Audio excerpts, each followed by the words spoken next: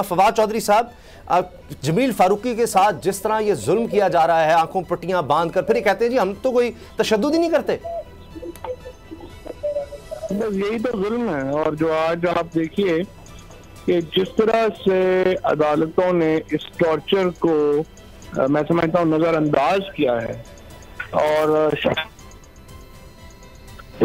हम देख रहे हैं कि जिस तरह से अदालतों ने सारे मामले को लाइट लिया, ये बहुत ही नाक बात है और इसकी बहुत ज्यादा मैं समझता हूँ कि इस पे बहुत तशवीश है। आज अब जो नॉम चम्सी जैसे जो बड़े लोग हैं, इंटेलेक्चुअल्स हैं, उन्होंने भी इस पे आवाज उठाई है और यूं लगा है कि जैसे तशद्दुद कोई मसला ही नहीं है, टॉर्चर कोई प्रॉब्लम ही नहीं है पाकिस्तान में अदालतों के लिए। और इस्लामाबाद हाई कोर्ट ने जिस तरीके से टॉर्चर को इग्नोर किया, उससे काफी इसके ऊपर जो है वो कंसर्न आया है।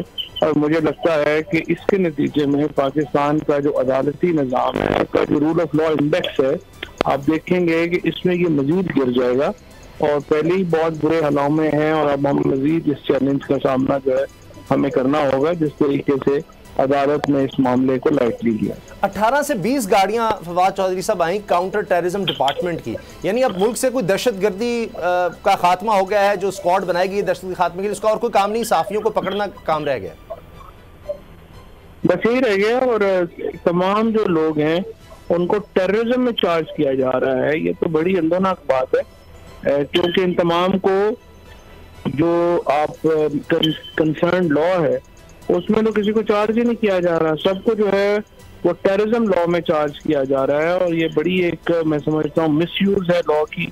सुप्रीम कोर्ट के जो फैसले हैं उनका एक बहुत बड़ा ये बिल्कुल एक उस पे है। और अभी तक इन चीजों पे तो नोटिस नहीं लिया गया सुप्रीम कोर्ट की तरफ से। ये जो सब कुछ हो रहा है ये बहुत ही इसके ऊपर फिक्र की बात है। अच्छा, अब इस केस में भी जमील फारूकी ने कहा है कि उनको बरहना करके तशद्दुद का निशाना बनाया गया है।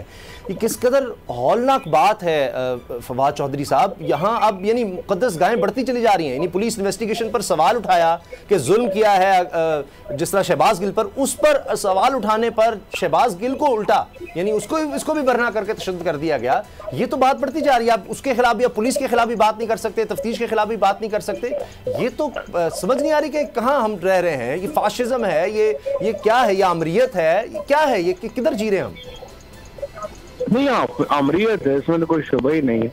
और अनफॉर्चुनेटली इस वक्त कुछ चैनल्स को मोनोपोली देने के लिए ये बाकी चैनल्स के ऊपर दबाव डाला जा रहा है, उनके लाया जा रहा है। और इसमें जो कुछ बड़े मीडिया ग्रुप्स हैं वो इस साजिश में मुकम्मल तौर पे शामिल हैं और वो अपने जो बाकी मीडिया ग्रुप्स हैं उनको खामोश कराना चाहते हैं ताकि उनकी जो दाल है वो दाल दलिया उनका चलता रहे, और बाकियों को वो बंद कराना चाह रहे हैं। और इस यही हुकूमत का जो स्ट्रेटेजिक मीडिया सेल है जो उसका फहद हुसैन चला रहे हैं, वो इस सारे मामले को लीड कर रहे हैं। और जाहिर है कि ये बड़ी एक कंसर्निंग बात है। आखिर में सर, रात 3 से 4 बजे के दरमियान गिरफ्तारी की कोशिश होनी थी इमरान खान साहब की, वो अवाम ने नाकाम बना दी। आपको लगता है कि आइंदा भी कोशिश हो सकती है? आपने 10 सितंबर का कहा है, तब तक हो सकता है हुकूमत का खात्मा हो जाए। किस तरह से आपको ये नजर आ रहा है? जी, जिस तरीके से मैंने रात पे अहमकाना हरकत की है, ये कोई ऐसी हरकतें करेंगे, ये शदीद दबाव में है और आप देखेंगे कि ये नहीं चला सकेंगे काम। मैं हूं जैस्मीन मंजूर और आप मुझे देखेंगे सिर्फ बोल पर।